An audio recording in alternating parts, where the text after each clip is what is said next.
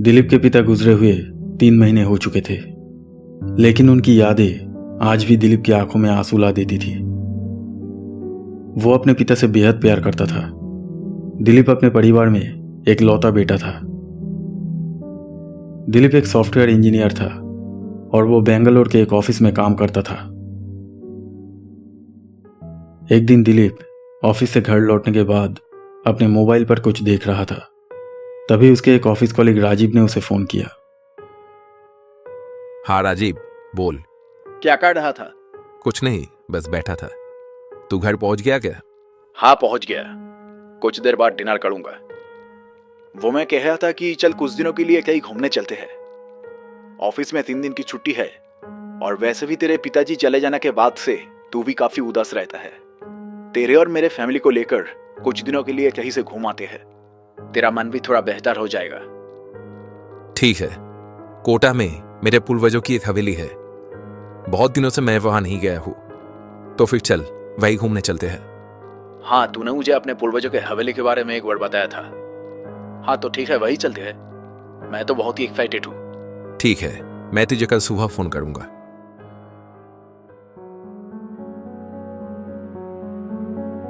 अगले दिन सुबह दिलीप और राजीव अपनी पत्नियों और बच्चों के साथ उस पुरानी हवेली में जाने के लिए निकल पड़े।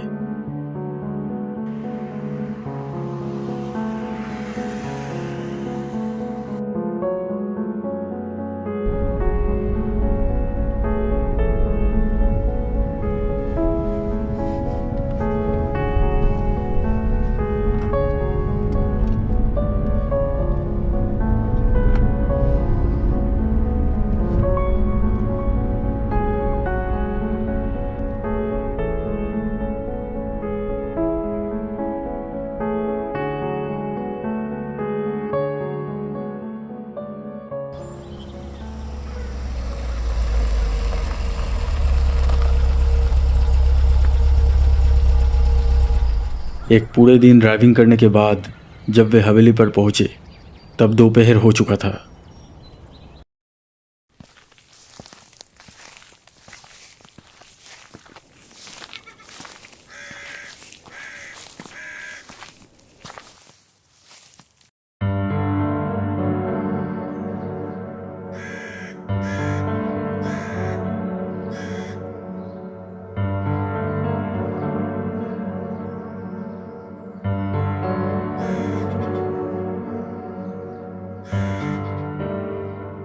इमरान चाचा,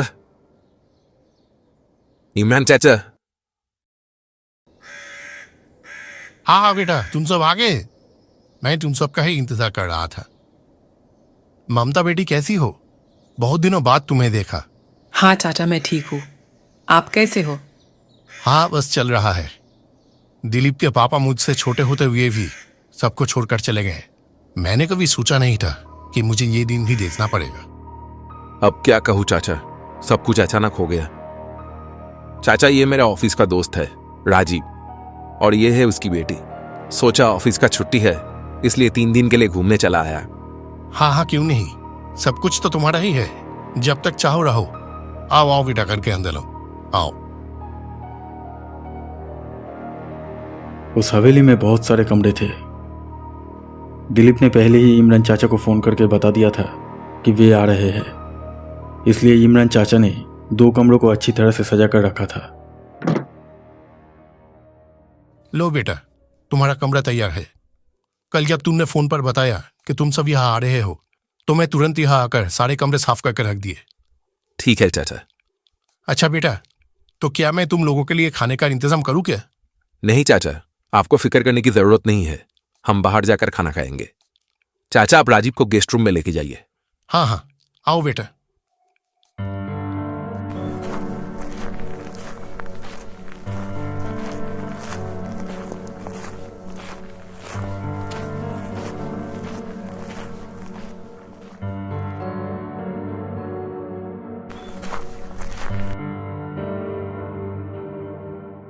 आओ बेटी आओ, ये तुम्हारा कमरा है।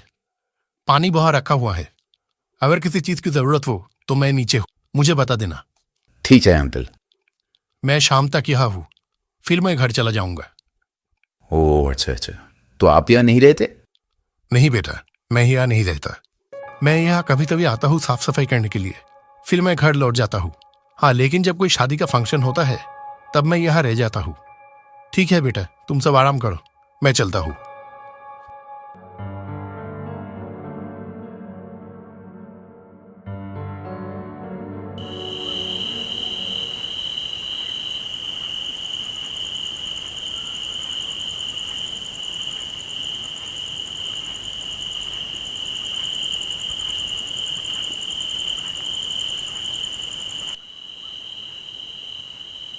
ये हवेली वाकई में बहुत बड़ी और सुंदर है।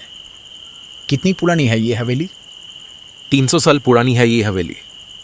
तो अब इस हवेली का तुम्हारे अलावा और कोई वारिस नहीं है? नहीं, मैं ही इस हवेली का आखिरी उत्तराधिकारी हूँ। मेरे पिता का एक और भाई था, लेकिन उसकी शादी नहीं हुई थी। कुछ साल पहले दिल का दौरा पड़ने से उनकी मौत हो गई। उसके बाद इस हवेली का इकलौता वारिस मेरे पापा ही थे। अच्छा, तो इतनी बड़ी हवेली में अब कौन रहता है? कोई नहीं रहता है। तो ये चाचा कौन है? पापा ने इमरान चाचा को केयरटेकर के तौर पर रखा था। दरअसल पापा इस हवेली को शादी समारोह के लिए किराए पर दिया करता था। इमरान चाचा यहाँ नहीं रहते हैं। वो यहाँ केवल तब रहते हैं जब यहाँ कोई शादी का प्रोग्राम होता है। वो कभी कभी यहाँ आते हैं और साफ सफाई करके घर चले जाते हैं।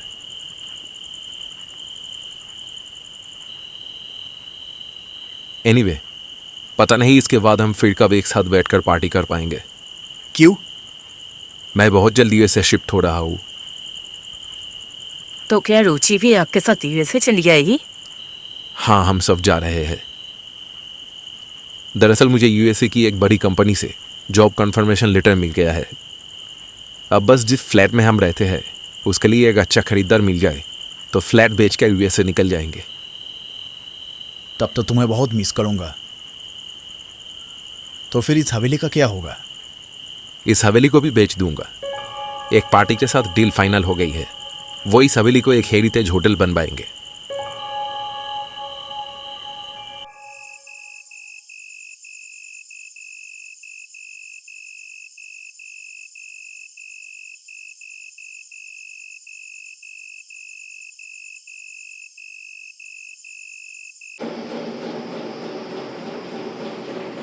उस रात राजीव और दिलीप अपने अपने कमरे में सो रहे थे।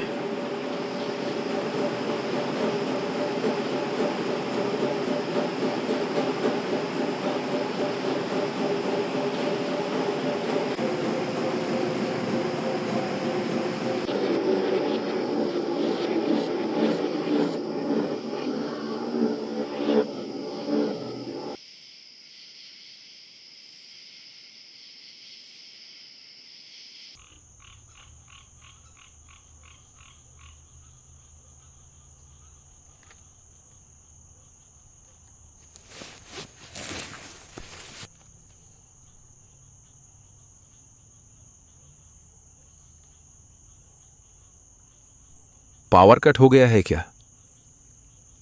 अरे क्या मुसीबत है। इमरान चाचा होते तो जनरेटर चला देते।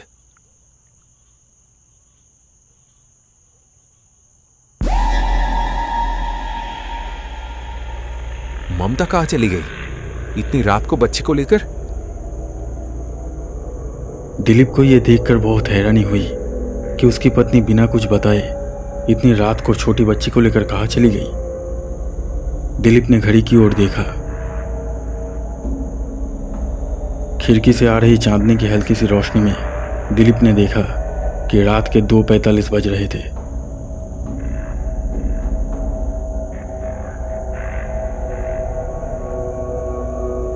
दिलीप फिर भी अपने मोबाइल पर टाइम देखने के लिए जाता है, जिसे उसने सोने से पहले चार्ज होने के लिए डेस्क के ऊपर रखा था। लेकिन डेस्क के ऊपर ना तो उसका मोबाइल था और ना ही उसका चार्जर।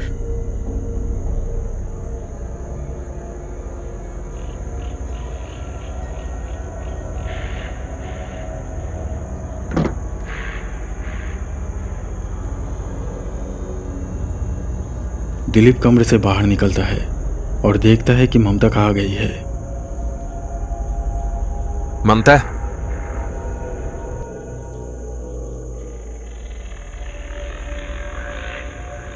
मानता है? दिलीप ने सोचा कि कहीं ममता उस कमरे में तो नहीं गई होगी जिस कमरे में राजीव और उसकी पत्नी है। यह सोचकर दिलीप राजीव के कमरे की तरफ जाता है।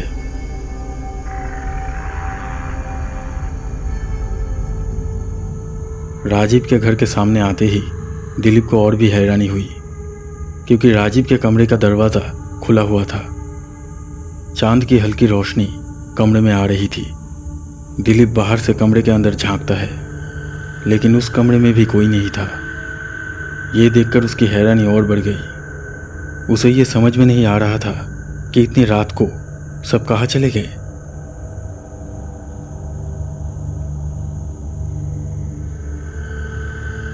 दिलीप ने देखा कि छत का दरवाज़ा भी खुला हुआ है। तब उसे लगता है कि शायद पावर कट हो जाने के कारण सब छत पर हवा खाने गए हैं। दिलीप छत पर आता है, लेकिन छत पर भी कोई नहीं था।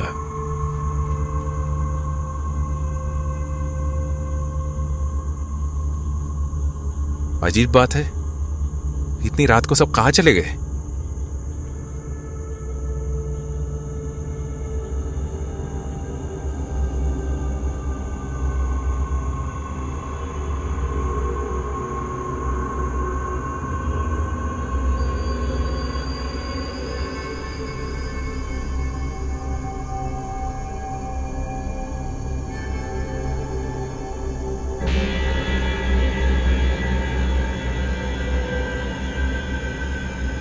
इमरान चाचा, यह इस समय? चाचा तो घर चले गए थे। इमरान चाचा, इमरान चाचा, आप वहां क्यों खड़े हैं?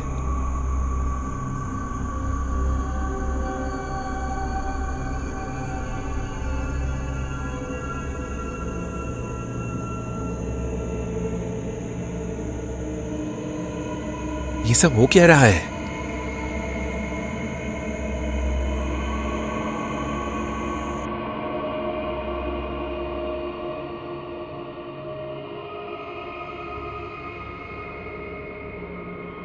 इमरान चाचा को हवेली के अंदर आते हुए देखकर दिलीप इमरान चाचा से बात करने के लिए हवेली के मेन गेट की तरफ जाने लगता है। एक कमरे के सामने आकर दिलीप रुक जाता है।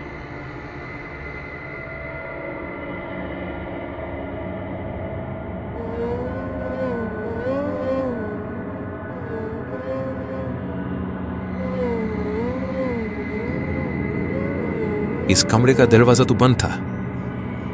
किसने खुला ये दरवाजा? ये आवाज कैसी है?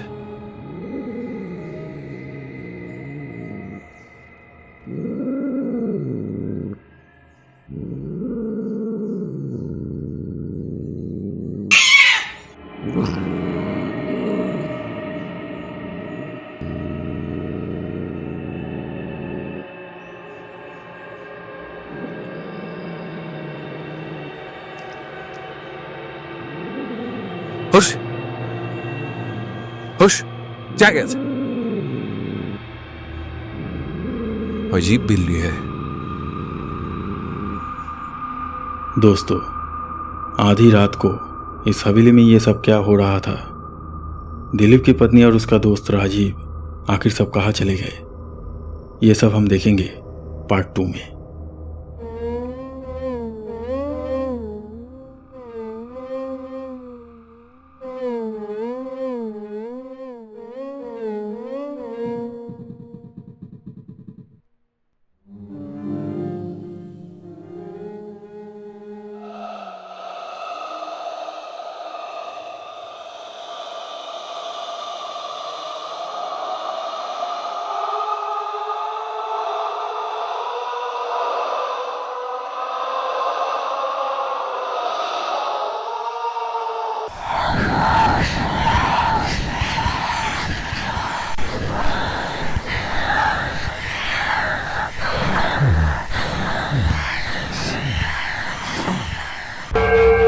दोस्तों, अगर ये वीडियो आपको अच्छा लगा तो प्लीज़ लाइक कीजिएगा और हमारे इस चैनल को सब्सक्राइब करके इस बेल आइकन को ज़रूर दबा दीजिए ताकि आप हमारे आने वाले वीडियोस सबसे पहले देख सके।